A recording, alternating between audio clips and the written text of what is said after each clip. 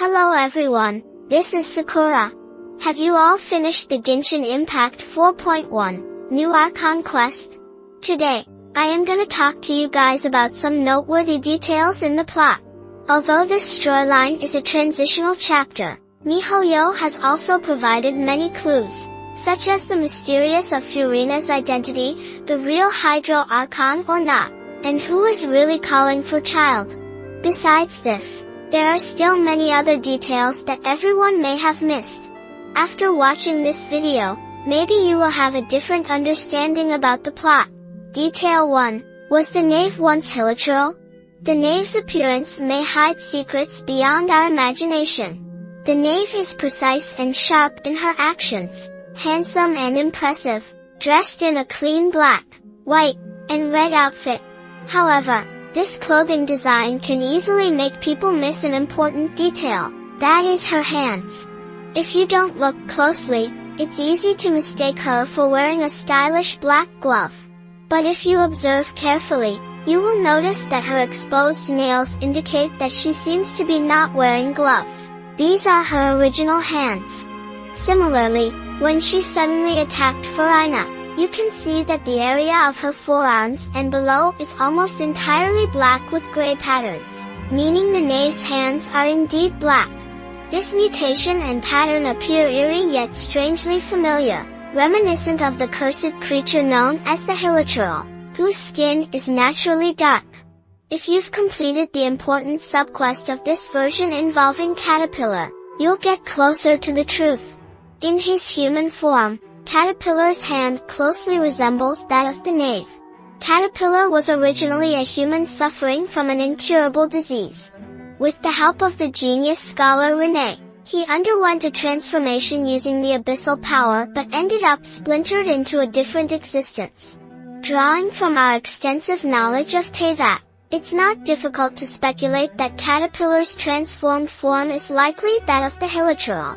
Later, Renee used the pure water of the primordial sea to reawaken Caterpillar's consciousness, transforming him into an entirely new being.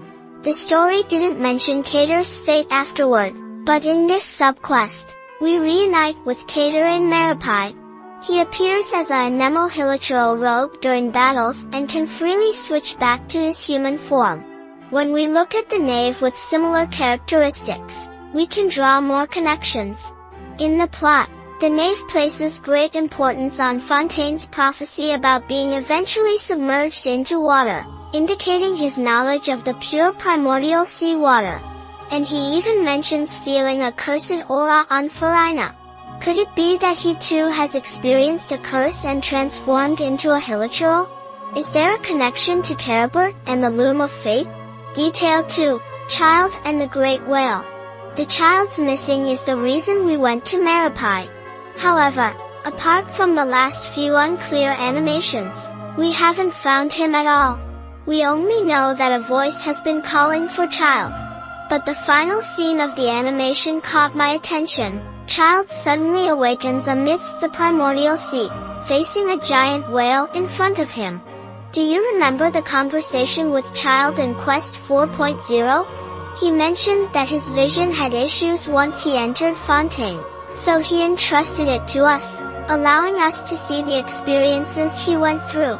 At that time, he also casually talked to us about his master, mentioning that his master taught him combat techniques because he awakened it and bore its mark. Therefore, in the future, Childe will likely make use of these combat skills, which implies that the thing he awakened may be related to his great whale.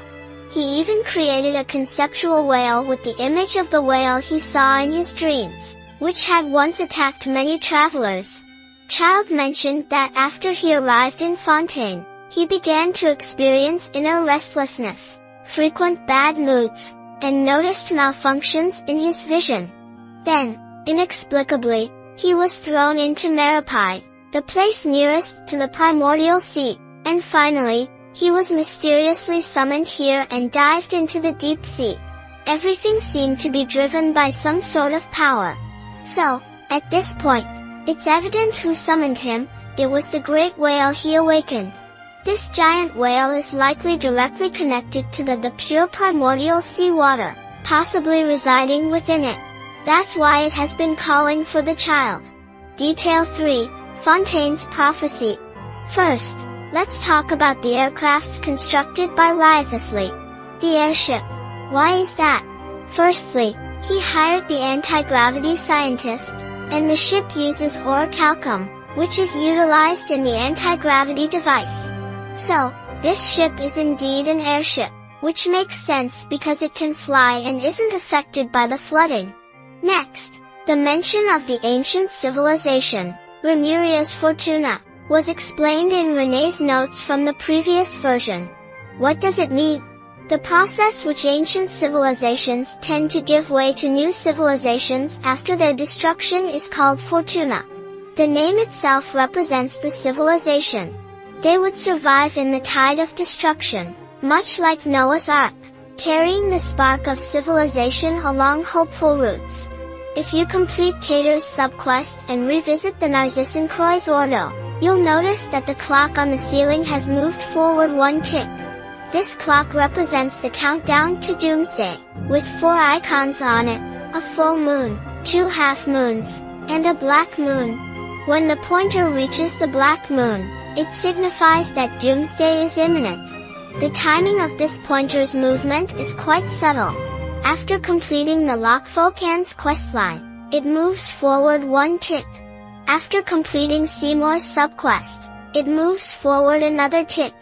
And when you finish Cater's quest and come here, it moves forward yet another tick.